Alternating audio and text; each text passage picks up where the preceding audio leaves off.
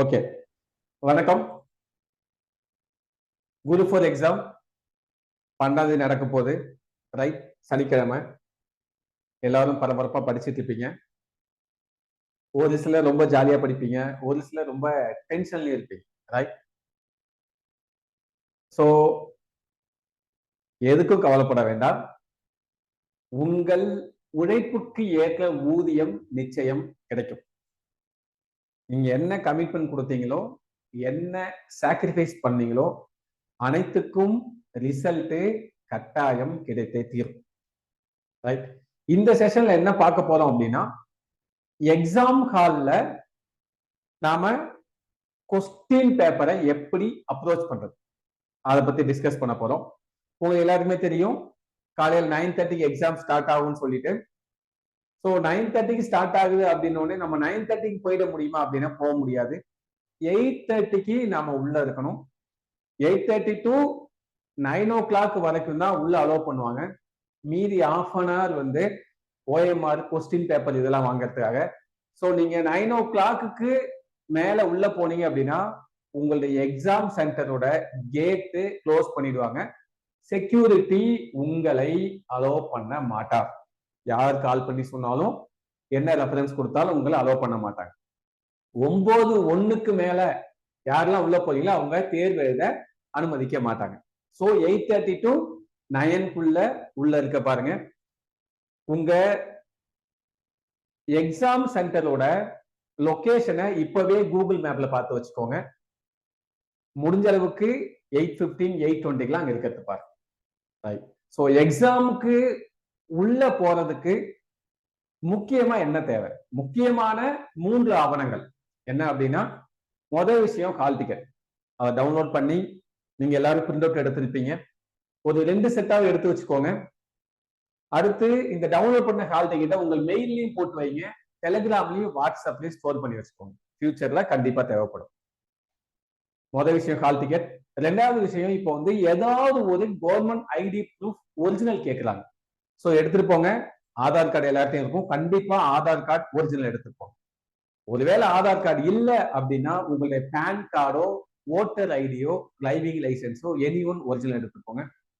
மூணாவது விஷயம், பிளாக் கருப்பு கலர் பால் பாயிண்ட் பென். அது பால் பாயிண்ட் பென்னு செக் பண்ணிக்கோங்க. நிறைய ஜெல் பென்லாம் பால் பாயிண்ட் பென்ன்ற மாடல் தான் மார்க்கெட்ல கிடைக்குது.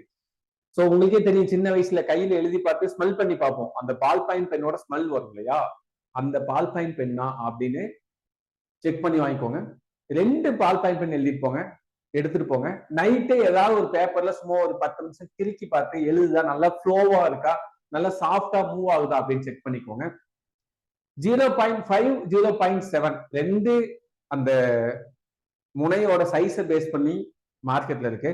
அதுல 0.7 வாங்கிக்கோங்க. ஏன் அப்படின்னா அது உங்களுடைய நேரத்தை மிச்சப்படுத்தும். சீக்கிரமா OMRல நாம ஷேடு பண்ண முடியும். 0.7 mm திக்னஸ் கொண்ட 2 பிளாக் பால் பாயிண்ட் பென் வாங்கிக்கோங்க. மார்க்கெட்ல ரெனால்ட்ஸ் செல்லோ டைப்ல லிக்யூ ஃப்ளோ லிக்யூ கிளைட் அப்படின்னு ஒரு 2 மாடல் இருக்கு. அது கொஞ்சம் நல்லா இருக்கும் எழுதுறதுக்கு. தேவைன்னா அதை கூட வாங்கிக்கோங்க. நீங்க இன்னைக்கு நாளைக்கு ரொம்ப பதற்றமா இருப்பீங்க. ஸோ இந்த பதற்றத்தை தவிர்த்துக்கணும். இன்னைக்கும் நல்லா தூங்குங்க, நாளைக்கு ரொம்ப நல்லா தூங்குங்க. முடிஞ்ச அளவுக்கு நான்வெஜ் சாப்பிடாதீங்க. ஹோட்டல் ஃபுட்ஸ் முடிஞ்ச அளவுக்கு தவிர்க்க பாருங்க. வெஜிடேரியன் ஃபுட்ஸா எடுத்துக்கோங்க. நாளைக்கு எக்ஸாம் ஹாலுக்கு போகும்போது, எக்ஸாம் ஹாலுக்கு மார்னிங் போகும்போது சாப்பிட்டு போங்க. இல்லைன்னா மயக்கம் வரும், இல்லைன்னா பிபி சுகர் ஏதாவது ப்ராப்ளம் வரும். காலையில ஒரு 2 இட்லி அல்லது 3 இட்லி, அதுவும் ஸ்டீம்ல வேகக்கூடிய ஃபுட், இடியாப்பம் இட்லி தோசைனா ஆயில் கம்மியா இல்ல ஆயில் இல்லாம சாப்பிட்டு போங்க. ரைட். முதல் நாள் நல்லா தூங்கினா மட்டும் மறுநாள் காலையில உங்களுடைய ஞாபக சக்தி அதிகமா இருக்கும், உங்களுடைய பிரெயின் நல்லா பிரிஸ்கா வேலை செய்யும். சோ நாள் முடிஞ்ச அளவுக்கு நல்லா தூங்கிக்கோங்க. ரைட். சோ நீங்க எக்காரணம் கொண்டும் பைக்ல எல்லாம் டிராவல் பண்ணாதீங்க எக்ஸாம் காலுக்கு. ஏன்னா ரொம்பவும் டயர்ட் ஆயிடுவீங்க. ரொம்ப பரபரப்பா இருந்தீங்கன்னா உங்களுக்கு ரொம்ப கஷ்டமாயிடும். முடிஞ்ச அளவுக்கு ஆட்டோல போறதோ இல்ல கேப்ல போறதோ யூஸ் பண்ணிக்கோங்க. இல்ல ரொம்ப கஷ்டம் அப்படின்னா பப்ளிக் டிரான்ஸ்போர்ட் காலையில ரொம்ப கூட்டமா இருக்கும். கொஞ்சம் முடிஞ்ச அளவுக்கு ரொம்ப முன்னாடியே கிளம்பிப்போம். நெக்ஸ்ட் எப்ப வேணாலும் மழை பெய்து போலாம். சோ முடிஞ்சா கொடை எடுத்துட்டு போங்க. தண்ணி பாட்டில், ஏன்னா ரொம்ப நெர்வஸா ஃபீல் பண்றீங்க இல்ல பயமா இருக்கு அப்படின்னா தண்ணி குடிச்சோம்னா நம்ம பாடி நியூட்ரல் ஆகும். ரொம்ப அதிகமா லிட்டர் கணக்கில் தண்ணி குடிக்காதீங்க. கொஞ்சமா தண்ணி குடிச்சு போங்க. எக்ஸாம் காலுக்கு முன்னாடி போகும்போது லைட்டா தண்ணி குடிச்சு போங்க. ரைட். கையில கொஞ்சம் காசு எக்ஸ்ட்ராவே வச்சுக்கோங்க. ஏன்னா பணம் கூட 10 பேர் நண்பர்கள் இருக்கிறது சமமானது அப்படின்னு சொல்லுவாங்க. ஏன்னா திடீர்னு போயிட்டு இருக்கீங்க, பஸ் பிரேக் டவுன் ஆயிடுது, இல்ல எனியும் பிரேக் டவுன் எதுவாலும் நடக்கலாம். டக்குன்னு அடுத்து ஒரு ஆட்டோவை போட்டோ இல்ல ஒரு கார் போட்டோ இல்ல கேஷ் இருந்துச்சுன்னா எக்ஸ்ட்ரா ஏதோ ஒரு வாடகைக்கு வண்டி எடுத்துட்டோ எக்ஸாம் ஹாலுக்கு போயிடலாம். ஸோ எக்ஸ்ட்ரா கேஷ் கையில வச்சுக்கோங்க. ரைட். ஸோ அடுத்த விஷயம் பாத்தீங்கன்னா எக்ஸாம் கால். நீங்க எக்ஸாம் காலுக்கு போகும்போது 8:30 to 9 உள்ள போயிடுங்க. 9 o'clock உங்களுடைய ஓஎம்ஆர் சீட் உங்கள்கிட்ட தருவாங்க. ஓஎம்ஆர் சீட் 9 மணிக்கு தருவாங்க. அதை ஃபில் பண்றதுக்கு 15 minutes டைம் தருவாங்க. ஸோ நீங்க ஃபில் பண்ணிட்டு எக்ஸ்ட்ரா டைம் இருந்துச்சுன்னா அந்த டைம்ல உங்களுக்கு ஏதோ ஒரு நம்பிக்கை இருக்கும். இறை நம்பிக்கை இருக்கலாம், கடவுள் மேல நம்பிக்கை இருக்கலாம். அது மாதிரி இருக்கிறவங்க அது 5 minutes 15 minutes ப்ரேயருக்கு பயன்படுத்துங்க. உங்களுடைய பாசிட்டிவ் எனர்ஜியை இன்க்ரீஸ் பண்ணுங்க. நிறைய மூச்சு பயிற்சி செய்யும். மற்றவங்களுக்கு டிஸ்டர்பன்ஸ் இல்லாம மூச்சு பயிற்சி செய்யுங்க. எக்ஸாம் ஹால்ல முக்கியமான விஷயம், உங்க ஹால் டிக்கெட்ல இருக்கக்கூடிய ரெஜிஸ்டர் நம்பரும் எக்ஸாம் ஹால்ல டேபிள்ல எழுதிக்க ரெஜிஸ்டர் நம்பரும் கரெக்டா இருக்கான்னு பார்த்து உட்காருங்க. மாறி உட்காந்துட்டீங்கன்னா நிறைய ப்ராப்ளம்ஸ் வரும் ஃபியூச்சர்ல. நம்மளுடைய மாணவர்கள் நிறைய பேர் மாறி உட்கார்ந்ததை பேஸ் பண்ணி நிறைய பிரச்சனைகள் சந்திச்சிருக்காங்க. ரைட். ஸோ கொஸ்டின் புக்லெட் 9:15 கொடுப்பாங்க. 9:15 கொடுத்த உடனே ஏதாவது பிரிண்டிங் மிஸ்டேக் இருக்கான்னு மட்டும் செக் பண்ணுங்க. ஃபோல்ட் ஆயிருக்கா, பிரிண்டிங் மிஸ்டேக் இருக்கான்னு. உள்ள எல்லா வார்த்தையும் உட்காந்து படிக்க வேண்டாம். கொஸ்டினை உள்ளெல்லாம் ஃபுல்லா படிக்க வேண்டாம். பிரிண்டிங் மிஸ்டேக் இருக்கா அப்படின்றத மட்டும் செக் பண்ணிக்கோங்க. ஸோ இது கொடுத்த உடனே உங்களுடைய ஓஎம்ஆர் ஷீட்ல என்ன எழுத சொல்லுவாங்க அப்படின்னா, வினா தொகுப்பு எண் அப்படின்னு கொஸ்டின் புக்லெட் இருக்கும். அந்த தொகுப்பு எண்ண 4 டிஜிட் இருக்கும். அதை உங்க ஓஎம்ஆர்ல லெஃப்ட் சைட்ல மேல ஃபில் பண்ணுன்னு சொல்லியிருப்பாங்க. உங்க பேரு, ரெஜிஸ்டர் நம்பர், சென்டருக்கு கீழே ஒரு 4 டிஜிட் கேட்பாங்க. அதை ஃபில் பண்ணிடுங்க. எக்காரணம் கொண்டும் தப்பா ஃபில் பண்ண வேண்டாம். ரைட். நெக்ஸ்ட் விஷயம், ஓஎம்ஆர் நீங்க ஹேண்டில் பண்ணும்போது ஓஎம்ஆர்ல மிஸ்டேக்ஸ் வரக்கூடாது. இப்போ நல்ல புது ஓஎம்ஆர்ல நிறைய ப்ராப்ளம்ஸ ரெக்டிஃபை பண்ணிட்டாங்க. சோ உங்களுக்கு 2 இடத்துல, ஒரு இடத்துல அதாவது ஃப்ரண்ட் பேஜ்ல ஓஎம்ஆர் 200 கொஸ்டின் ஷேர் பண்றதுல நீங்க ஒரு இடத்துல கையெழுத்து போட வேண்டியிருக்கும். இன்னொரு இடத்துல உங்களுடைய கை விரல் ரேக வைக்கிற மாதிரி இருக்கும். அது ரெண்டையும் கரெக்டா வச்சிடணும். ஃப்ரண்ட் பேஜ்ல இன்விஜிலேட்டர் 2 இடத்துல ஷேர் பண்ற மாதிரி இருக்கும். 2 கொஸ்டின் கேட்டிருப்பாங்க. அதை அவங்க ஷேர் பண்ணலாங்களான்னு பார்த்துக்கோங்க. தேர்வரின் கையொப்பம்ல உங்களுடைய கையொப்பம், கண்காணிப்பாளர் கையொப்பம் பின்பக்கம் தான் இருக்கும். அது எக்ஸாம் முடியறதுக்குள்ள கண்காணிப்பாளரோட கையொப்பத்தை வாங்கிக்கோங்க. நீங்க ஒருவேளை கை ரேகை வைக்கல அப்படின்னா உங்களுக்கு பிரச்சனை எல்லாம் எதுவும் கிடையாது. 0.5 மார்க்ஸ் உங்க டோட்டல்ல குறைப்பாங்க. ஸோ அதையும் பார்த்துக்கோங்க. ரைட். இன்னொரு விஷயம் என்ன அப்படின்னா, நீங்க இன்விஜிலேட்டரோட கையொப்பத்தை கம்பல்சரி ஓஎம்ஆரோட பேக் சைட்ல வாங்கிக்கோங்க. முன்னாடி எல்லாம் வந்து பாத்தீங்கன்னா 15 minutes வந்து டோட்டல் பண்ணி போடுறதுக்கும் ஆப்ஷன் இ என்ன 1 2 3 ஏபிசிடி மேட்ச் ஆகுதா அப்படின்னு சொல்லி டைம் கொடுத்தாங்க. இப்போ அதெல்லாம் கிடையாது. ஸோ எக்ஸ்ட்ரா டைம் தர மாட்டாங்க. அவங்கள்ட்ட சண்டை போட வேண்டாம். 9:30 எக்ஸாம் ஸ்டார்ட் ஆகும், 12:30 முடியும். 12:30 முடிஞ்ச உடனே 200 கொஸ்டினுக்கு ஆன்சர் பண்ணிட்டீங்களா அப்படின்னு கேட்கும். அதுல எஸ் கொடுக்கணும். ஒருவேளை ஆன்சர் கொடுக்கல அப்படின்னா இன்னும் எத்தனை கொஸ்டின் நீங்க ஷேர் பண்ணாம இருக்கீங்கன்னு கேட்கும். அது மட்டும் நோட் பண்ணணும். இவ்வளவுதான் வேலை, பெருசா எதுவும் வேலை இல்லை. எக்ஸ்ட்ரா டைம் தர மாட்டாங்க. ரைட். இன்னொரு விஷயம், நாம என்னதான் 2 years 3 years 6 months 5 months படிச்சிருந்தாலும் உங்களுடைய வெற்றியை தீர்மானிக்கக்கூடியது நீங்க எக்ஸாம் ஹால்ல அந்த 3 hours எப்படி பயன்படுத்துகிறீர்கள் அப்படின்றத பொறுத்துதான் உங்களுடைய வெற்றி தீர்மானிக்கப்படும். சோ நீங்க கொஸ்டின் பேப்பர் வாங்கின உடனே மடமடன் உள்ள என்ன இருக்குன்னு படிச்சிட்டீங்க அப்படின்னா நிறைய கேள்விகள் தெரியாத கேள்வியா இருக்கும். அப்போ உங்களுக்கு கான்பிடன்ட் அவுட் ஆயிடும். ஸோ அதனால எந்த கொஸ்டினையும் முதல்ல படிக்கிற வேலையை வச்சுக்காதீங்க, வேண்டாம். ரைட். ஸோ இன்னொரு விஷயம், நீங்க கொஸ்டின் பேப்பருக்கும் அடுத்து ஓஎம்ஆர் புக்லெட் இருக்கும். ஓஎம்ஆர் புக்லெட்ல 1வது நம்பர் கொஸ்டினுக்கு ஏவா பியா சியா என்ன ஓஎம்ஆர்ல ஷேர் பண்றீங்களோ அதை உங்களுடைய கொஸ்டின் புக்லெட்ல லைட்டா சின்னதா ஒரு டாட் வச்சுக்கோங்க.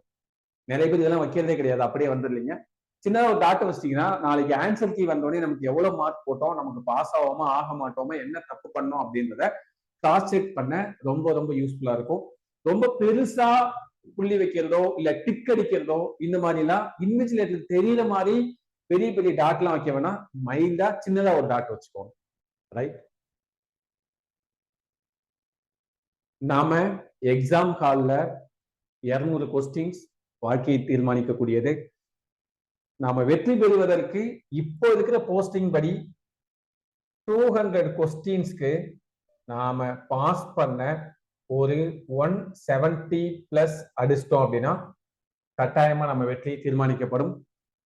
இந்த 170+ எல்லாருக்குமே 170 கொஸ்டினுக்கு ஆன்சர் தெரியுமானா அப்படிலாம் தெரியாது. ஸோ எல்லாருக்குமே ஒரு 140 150 கொஸ்டின்ஸ் தான் தெரியும். மீதி இருக்கிறது எல்லாமே நிறைய ஒரு 20 to 25 கொஸ்டின்ஸ் ஃப்ளூக்லையும் அவங்க படிச்சதை வச்சு எலிமினேட் பண்ணி தான் ஆன்சர் எழுதுவாங்க. ஸோ எப்படி எலிமினேட் பண்ணலாம், எப்படி ஃப்ளூக்ல ஓரளவு ஆன்சர் எடுக்கலாம் அப்படின்றத பத்தி தான் நாம இப்போ டிஸ்கஸ் பண்ண போறோம். ஸோ எக்ஸாம் ஹால்ல 200 கொஸ்டின்ஸ் கொடுத்துருப்பாங்க. புக்லெட்ல பாருங்க, ஃபர்ஸ்ட் 1 to 100 ஜெனரல் ஸ்டடிஸ் கொடுத்துருக்காங்களா இல்ல பொது தமிழ் கொடுத்துருக்காங்களா அப்படின்னு பாருங்க. First 1 to 100. ஸோ இப்போ ரீசெண்டா என்ன ஃபாலோ பண்றாங்க அப்படின்னா ஃபர்ஸ்ட் 1 to 100 பொது அறிவு, அதுக்கப்புறம் 101 to 200 லாங்குவேஜ், இதை ஃபாலோ பண்ணிட்டு இருக்காங்க. ஸோ நீங்க எக்ஸாம் எழுதும் போது தமிழ் பொது தமிழை முதல்ல சூஸ் பண்ணுங்க. ஃபர்ஸ்ட் பொது தமிழுக்கு ஆன்சர் பண்ண பாருங்க. அது 101ல இருந்து 200 கொஸ்டின்குள்ள இருக்கு அப்படின்னா கரெக்டா ஷேர் பண்ணுங்க. இங்க 101 கொஸ்டின் புக்லெட்ல எடுத்துருவீங்க, ஆனா ஓஎம்ஆர்ல ஷேர் பண்ணும்போது நம்பர் 1ல இருந்து பண்ணிட்டு வர ஆரம்பிச்சிருவீங்க. சோ அது மிகப்பெரிய தப்பாயிடும். லாஸ்ட் டைம் நிறைய பேர் தப்பா பண்ணாங்க. இந்த டைம் எக்காரணம் கொண்டும் அந்த தப்பா பண்ணிடாதீங்க. 101வது கொஸ்டின் அப்படின்னா ஓஎம்ஆர்லயும் 101 கையை வச்சுட்டு ஏவா பியா சியா டிஆர் மார்க் பண்ணிட்டு கொஸ்டின் புக்லெட்ல ஒரு சின்ன புள்ளி. சோ இப்படிதான் ஒவ்வொரு கேள்வியும் நீங்க கரெக்டா ஆன்சர் பண்ணணும். சோ ஃபர்ஸ்ட் தமிழ்ல தெரிந்த வினாக்களுக்கு ஆன்சர் பண்ணுங்க. தமிழ்ல தெரிஞ்ச கொஸ்டின், ரைட். ரெண்டாவது தமிழ்ல தெரியாத வினாக்கள், அதை மார்க் பண்ணி வைங்க எதெல்லாம் நம்ம ஆன்சர் பண்ணலன்னு சொல்லிட்டு. சோ அதை தெரியாத வினாக்கள். சோ தமிழுக்கு அதிகபட்சம் 45 to 50 நிமிஷம் எடுத்துக்கோங்க 100 கொஸ்டினுக்குமே. அதுக்கு மேல எடுத்துக்க வேண்டாம். ரொம்ப எடுத்தீங்கன்னா அப்புறம் ஆப்டிடியூடும் ஜிஎஸும் உங்களுக்கு ரொம்ப டைம் இடிக்கும். பெரிய பெரிய வினாக்களா கொடுத்துருப்பாங்க, கஷ்டமாயிடும். சோ ஃபர்ஸ்ட் தமிழ்ல தெரிந்த வினாக்கள், அதுக்கப்புறம் தமிழ்ல தெரியாத வினாக்கள். அதிகபட்சம் 1 மணி நேரத்துல 100 கொஸ்டின் முடிச்சிடும். அடுத்து ஆப்டிடியூட் வரீங்க. ஆப்டிடியூட்ல செலக்ட் பண்ணி சில கலந்துகள்ல கொடுத்துருப்பாங்க கொஸ்டின். அதெல்லாம் கொஸ்டின் நம்பர் கரெக்டா பார்த்தா ஆன்சர் பண்ணும். அடுத்து மேக்ஸ், மேக்ஸ்ல தெரிந்த வினாக்கள் ஆன்சர் பண்றீங்க, ரைட். அதோட நிப்பாத்தீங்க. மேக்ஸோட தெரியாத வினாக்களை இப்போ நீங்க ஆன்சர் பண்ண வேண்டாம், அதை கடைசியா பாத்துக்கலாம். ஏன் அப்படின்னா மேக்ஸ் தெரியாத வினாக்கள் போனீங்கன்னா நிறைய லென்த்தியா இழுத்துரும், டைமை வேஸ்ட் பண்ணிடும். உங்களால 3 மணி நேரத்துல 200 வினாக்களுக்கு பதில் அளிக்க முடியாம போயிடும், ரைட். சோ அடுத்து ஜெனரல் ஸ்டடீஸ்ல ஜிகே, ஜிகேல தெரிந்த வினாக்களுக்கு பதில் அளிங்க. அதுக்கப்புறம் ஜிகேல தெரியாத வினாக்களுக்கு ஆன்சர் பண்ணுங்க. சோ கடைசியா தான் மேக்ஸோட தெரியாத வினாக்களுக்கு வரணும்.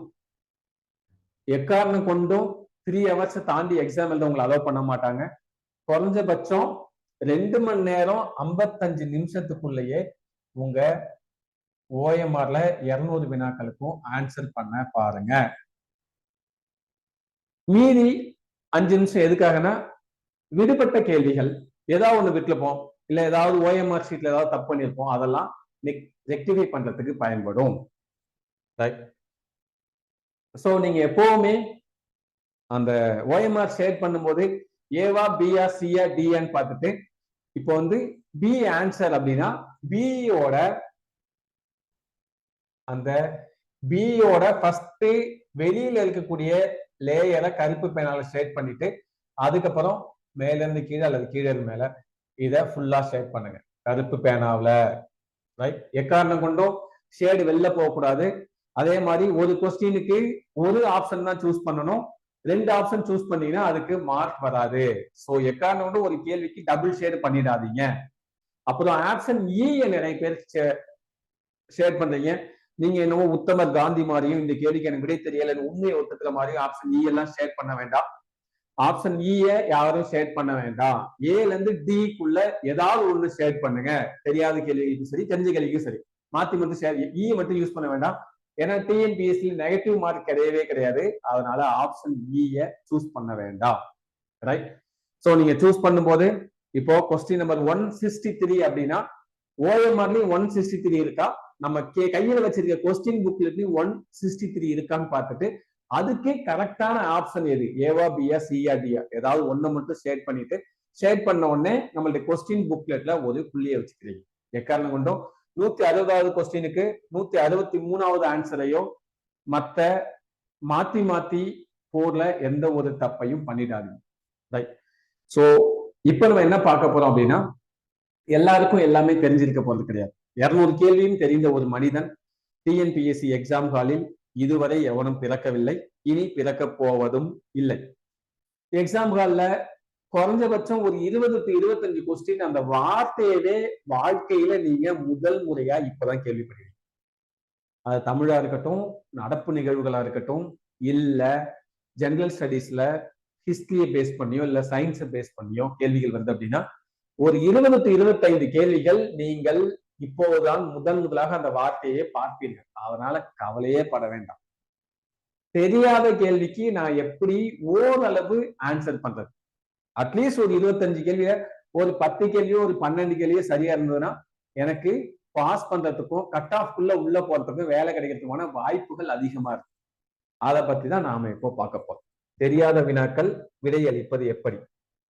சோ இந்த தெரியாத வினாக்களை விடையளிக்கும் போது நாம 2 வகையா மைண்டை யூஸ் பண்ணலாம்.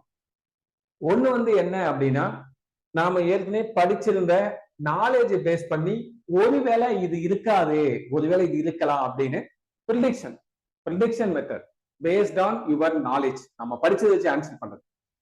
இன்னொரு டைப் என்ன இருக்கு அப்படின்னா, நாம இதுவரைக்கும் டிஎன்பிஎஸ்சி காலாகாலமா என்ன மாதிரிலாம் ஆப்ஷன் செட் பண்ணுவாங்க, இந்த கேள்விக்கு இப்படிதான் ஆப்ஷன் செட் பண்ணிருப்பாங்க அப்படின்ற பழைய கேள்விகள் ப்ரீவியஸ் இயர் கொஸ்டின்ஸை பேஸ் பண்ணி இந்த மாதிரி வினாக்கள் வந்தா இதுதான் ஆன்சரா இருக்கும் அப்படின்ற ஒரு எக்ஸ்பீரியன்ஸ் அடிப்படையில் நம்ம ஆன்சர் பண்ணலாம். ரைட். பேஸ்ட் ஆன் நாலேஜ் உங்களுடைய படிப்பு சார்ந்து நீங்க எந்த அளவு படிச்சீங்களோ அதை பேஸ் பண்ணி எலிமினேட் பண்ணலாம். So based on previous year questions, முந்தைய ஆண்டு வினாக்களை பேஸ் பண்ணி எப்படி கேள்வி கேட்பாங்க. சோ நம்ம வினாத்தாள்கள்ல முக்கியமான முதல் விஷயம், நாம தேர்வுல வெற்றி பெறுவதற்கான முதல் விஷயம், டிஎன்பிஎஸ்சி தேர்வுல கொஸ்டின்ஸ கடைசி வார்த்தை வரைக்கும் படிக்கணும்.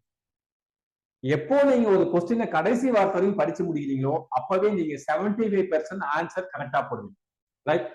வினாவினை கடைசி வார்த்தை வரை முழுமையாக படித்த பின்புதான் விடையளிக்க வேண்டும். என்ன வார்த்தைகள் இருக்கும், கடைசியா கேட்டிருப்பாங்க சரியானது எதுன்னு கேட்டிருப்பாங்க, இல்ல அப்படின்னா தவறானது எதுன்னு கேட்டிருப்பாங்க. நீ ஃபுல்லா படிச்சுட்ட தவறானது அப்படிங்கிற வார்த்தையை பார்க்காம ஆன்சர் பண்ணிருக்க, அல்லது சரியானது அல்ல அப்படின்னு கேட்டிருப்பாங்க. நீ சரியானதுன்னு வரைக்கும் படிச்சுட்ட, கடைசி வார்த்தையை மிஸ் பண்ணிருக்க. சோ அந்த கொஸ்டினை கடைசி எண்டு வரைக்கும் படிச்சு ஆன்சர் பண்ணுங்க. இல்லைன்னா தவறானது அல்ல அப்படின்னு கேட்டிருப்பாங்க. அனைத்தும் சரி ஒன்றை தவிர, ஈடுபடாதவர் யார், சரியான ஒன்றை தேர்ந்தெடு, பொருந்தாத ஒன்றை தேர்ந்தெடு, இது மாதிரியான கேள்விகள் வரும். கேள்விகளை கடைசி வரைக்கும் படிச்சு பார்த்து ஆன்சர் பண்ணுங்க. அப்போதான் உங்களால மிக சரியா துல்லியமாக ஆன்சர் பண்ண முடியும். ரைட். சோ இந்த டிஎன்பிஎஸ்சில ப்ரீவியஸ் இயர் கொஸ்டின்ஸ் பேஸ் பண்ணி இதுவரைக்கும் எதெல்லாம் நிறைய ஆன்சரா வந்திருக்கு அப்படின்றது பேஸ் பண்ணி நாம ஒரு ப்ரிடிக்ஷன் மெத்தட்ல ஆன்சர் பண்ணலாம். அதுக்கு என்ன வகையான மெத்தட்ஸ் எல்லாம் இதுக்கு முன்னாடி பயன்படுத்தியிருக்காங்க, அதிகமாக என்ன வகையான மெத்தட் பயன்படுது அப்படின்னா, ஒரு கூற்று கொடுத்திருப்பாங்க, கீழே ஒரு காரணம் கொடுத்திருப்பாங்க. இந்த கூற்று காரணம் கொடுத்து எது சரி எது தவறுன்னு கொடுத்திருப்பாங்க. இப்ப நம்ம இனி டிஸ்கஸ் பண்ணக்கூடிய எல்லா மெத்தடும் தெரியாத வினாக்களுக்கு மட்டும்தான். முழுக்க அந்த வார்த்தையே என்னன்னு தெரியல, எனக்கு என்ன ஆன்சர் போடுறதே தெரியல. சோ அந்த டைம் ஏதோ ஒண்ணு போடுறதுக்கு இந்த மாதிரியான ஒரு ஸ்ட்ராட்டஜியை ஃபாலோ பண்ணலாம் அப்படின்னு தான் சொல்றேன். 100% இது சரியாலாம் வராது. ஒரு 50-50 மெத்தட்ல நமக்கு ஆன்சர் கிடைக்க வாய்ப்பு இருக்கு. ஒரு 25 கேள்வியில ஒஸ்ட் கேஸ் ஒரு 12 13 கேள்வியில சரியாக வாய்ப்பு இருக்கு. 25மே தப்பா போறதுக்கு ஒரு 10 to 12 கேள்வி நமக்கு எக்ஸ்ட்ரா கிடைச்சது அப்படின்னா நமக்கு யூஸ்ஃபுல்லா இருக்கும். ரேங்க்ல முன்னாடி வருவோம், நல்ல போஸ்டிங் கிடைக்கும். ரைட். சோ முதல் விஷயம் கூட்டுக்கமா காரணம் இப்படி கொடுத்திருந்தாங்கன்னா கூட்டு காரணம் இரண்டும் சரி, சரியான விளக்கமாகும். A and R is correct explanation. இந்த டைப்ல தெரியாத கேள்வி இருந்துச்சுன்னா இதை ஆன்சரா போடலாம். நெக்ஸ்ட் ஒரு 4 ஆப்ஷன் கொடுத்திருக்காங்க. எவை எது பார் எவை சரியானது பார் சரியானவை அப்படின்னு கொடுத்தாங்கன்னா அனைத்தும் சரி அப்படின்றத நீங்க ஃபாலோ பண்ணலாம். முக்கியமா பொது தமிழ்ல நிறைய யூஸ் ஆகும் இந்த விஷயங்கள். அனைத்தும் சரி அப்படின்றது. ரைட். ஒருவேளை எனக்கு கொஸ்டினே தெரியல, but option 4 option, sorry 5 option, option ஈன்னு ஒண்ணு வருது இல்லையா, விடை தெரியவில்லைன்னு. சோ இந்த 5 ஆப்ஷன்ல எந்த ஆப்ஷன் ரொம்ப நீளமா இருக்கும், ஒரு 2 லைன் வரும், இல்ல 3 லைன் வரும், 2.5 லைன்ஸ் வந்து இருக்கும், இது மாதிரி எது நீளமா இருக்கோ அது ஆன்சராக இருக்கலாம். நீளமா இருக்கிறது ஆன்சரா இருக்க வாய்ப்பு இருக்கு. ரைட். சோ அடுத்த மெத்தட் பாத்தீங்க அப்படின்னா ஒரு 4 ஆப்ஷன் கொடுத்திருக்காங்க. அதுல ஒரே ஒரு ஆப்ஷன் மட்டும் எக்ஸ்ட்ரா எக்ஸ்பிளனேஷன் கொடுக்குறாங்க. எங்க அப்பா குதிரைக்குள்ள இல்லைன்னு. அப்படின்னு என்ன அர்த்தம்? எங்க அப்பா குதிரைக்குள்ளதான் இருக்காருன்னு அர்த்தம். ரைட். சோ இப்போ எக்ஸாம் பாருங்க, 4 ஆப்ஷன் சென்னை, பெங்களூரு, கொல்கத்தா, புதுடெல்லி, பிராக்கெட்ல நியூ டெல்லி அப்படின்னு ஒரு எக்ஸ்ட்ரா எக்ஸ்பிளனேஷன் கொடுத்துறாங்க. அப்ப எது ஆன்சரா இருக்கும்? நியூ டெல்லி தான் ஆன்சரா இருக்க வாய்ப்பு இருக்கு. ரைட். ஒருவேளை எக்ஸாம் தமிழ்ல நிறைய கேள்விகள், ஜிஎஸ்ல வரும்போது நிறைய டிரான்ஸ்லேஷன் மிஸ்டேக் இருக்கும். மொழிபெயர்க்கும் போது தப்பா மொழிபெயர்த்திருப்பாங்க. அந்த டைம்ல நீங்க அங்க போயிட்டு வாதாடுறதோ விவாதம் செய்யறதோ கூடாது. இம்மிடியட்டா மேல என்ன இருக்கோ இங்கிலீஷ்ல டைப் ஆயிருக்கு அப்படின்னா இங்கிலீஷ்ல இருக்கிறது ஃபைனல், இங்கிலீஷ்ல இருக்கிறது மோஸ்ட்லி கரெக்ஷன் இல்லாம இருக்கும். ஸோ கொஸ்டின்ஸ்ல ஜெனரல் ஸ்டடீஸ்ல ஏதாவது தப்பு இருக்கு, ஆப்டிடியூட்ல எதுவும் மிஸ்டேக் இருக்கு அப்படின்னா நீங்க மேல இருக்கிற இங்கிலீஷ் வெர்ஷனை ஃபாலோ பண்ணுங்க. அதுல மிஸ்டேக்ஸ் இருக்கக்கூடிய வாய்ப்புகள் மிகவும் குறைவு. ரைட். ரெண்டாவது விஷயம், ஒரு கொஸ்டினை படிப்பீங்க, படிச்ச உடனே மனசுல ஒரு ஆன்சர் தோணும், பட் அந்த டைம்ல என்ன பண்ணுவீங்க, அதை போட மாட்டீங்க. எக்ஸ்ட்ரா ஒரு 30 செகண்ட்ஸ் 40 செகண்ட்ஸ் யோசிச்சு இதுவா இருக்காதுன்னு சொல்லிட்டு ரெண்டாவது ஒரு ஆப்ஷனை சூஸ் பண்ணி தப்பா ஆன்சர் பண்ணுவீங்க. ஸோ தெரியாத கேள்விக்கு உங்க மைண்ட்ல படிச்சு முடிச்ச உடனே ஒரு ஆன்சர் தோணும். உங்க மைண்ட்ல எது முதல்ல தோணுதோ அது ஆன்சரா இருக்க அதிகமான வாய்ப்புகள் இருக்கு. அதை பயன்படுத்துங்க. ஒரு சில ஆப்ஷன் பாத்தீங்கன்னா ஒரு சில கீவேர்ட்ஸ் இருக்கும். ரைட். இப்ப பாத்தீங்கன்னா நிறைய கேள்விகள் கேட்பாங்க. அதுல அன்னிபெசன்ட் அம்மையார் அப்படின்னு ஒரு கேள்வி இருக்கும். சோ அன்னிபெசன்ட் அம்மையார் இருந்தாங்க அப்படின்னா அது விடையாக இருக்க வாய்ப்புகள் இருக்கு. அடுத்து அம்பேத்கர் இருக்காரு அப்படின்னா அம்பேத்கரை பேஸ் பண்ணி கேள்விகள் கேட்பாங்க. சோ அம்பேத்கரா இருக்க வாய்ப்புகள் இருக்கு. அன்னிபெசன்ட் அம்மையார், அம்பேத்கர். ஆப்ஷன்ல பெரியார் இருக்கு அப்படின்னா தெரியாத கேள்விக்கு பெரியாரா இருக்க வாய்ப்பு இருக்கு. ஸோ இந்த மாதிரியான ப்ரிடிக்ஷனை பேஸ் பண்ணுங்க. அன்னிபெசன்ட் அம்மையார் வந்து அது ஆன்சரா இருக்கலாம். அம்பேத்கர் பேஸ் பண்ணி கேள்விகள் கட்டாயம் கேட்பாங்க. அயோத்திதாச பண்டிதர் கேட்டாங்கன்னா அயோத்திதாச பண்டிதர் ஆன்சரா இருக்கலாம். பெரியார் பத்தி கேட்கறாங்கன்னா பெரியார் ஆன்சரா இருக்க வாய்ப்புகள் இருக்கு. இதெல்லாம் ஃபாலோ பண்ணுங்க. இந்தியா ஒரு கேள்வி கேட்கிறாங்க, அதுல கீழே இந்தியான்னு ஒரு ஆப்ஷன் இருக்கு, பட் எனக்கு ஆன்சர் தெரியாது அப்படின்னா இந்தியா போடுங்க. ஏன்னா நம்மளுடைய சிலபஸே Indian polity, Indian history, current affairs of India.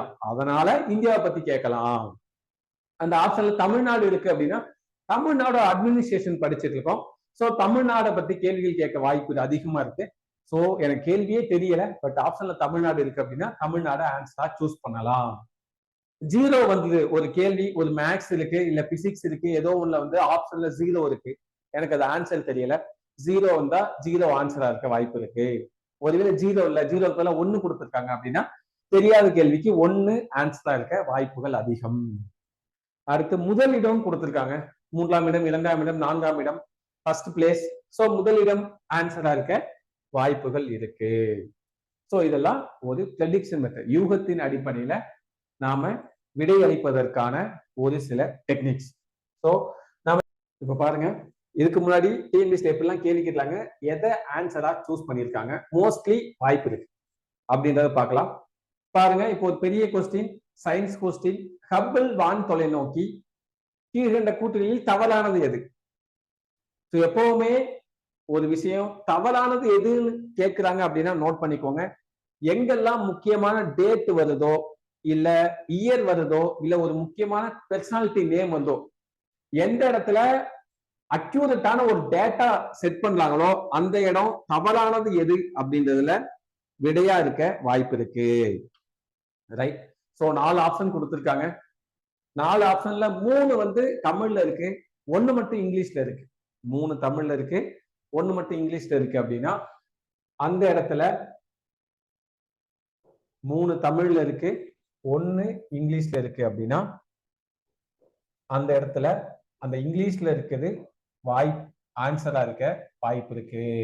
3 Tamil 1 English அப்படின்னா அது இங்கிலீஷ்ல இருக்கிறது ஆன்சரா இருக்கலாம். 3 இங்கிலீஷ்ல இருக்கு, 1 மட்டும் தமிழ்ல கொடுத்திருக்காங்க அப்படின்ற இடத்துல இந்த தமிழ்ல இருக்கிறது ஆன்சரா இருக்க வாய்ப்புகள் இருக்கு. இதெல்லாம் நாம ஃபாலோ பண்ணிக்கலாம். தெரியாத வினாக்களுக்கு நம்ம சொல்றது எல்லாமே தெரியாத வினாக்கள். சயின்ஸ்ல நீளமா இருக்கிறது ஆன்சரா இருக்க வாய்ப்பு இருக்கு. ரைட். சோ அடுத்த क्वेश्चन பாருங்க. ரைட். மேக்ஸ்ல பாருங்க, ப்ரெடிக்ஷன் மெத்தட், நிகழ்தகவு. சோ மேக்ஸ்ல ஆப்ஷன் செட் பண்ணும்போது இங்க பாருங்க 4 ஆப்ஷன் இருக்கு. 12,000, 12,500, 17,500, 13,500. நம்ம கேள்வி பத்தில எதுவுமே தெரியல. பட் நமக்கு ஒண்ணே தெரியும். எப்பவுமே பக்கத்து வேல்யூஸ ஆன்சரா செட் பண்ணுவாங்க. 12,000, 12,500. சோ இது ரெண்டுதான் பக்கத்து வேல்யூவா இருக்கு. ஒரே 1000க்குள்ளேயோ இல்ல ஒரே 100க்குள்ளேயோ ஒரே 10 மதிப்புக்குள்ளேயோ ஆப்ஷன்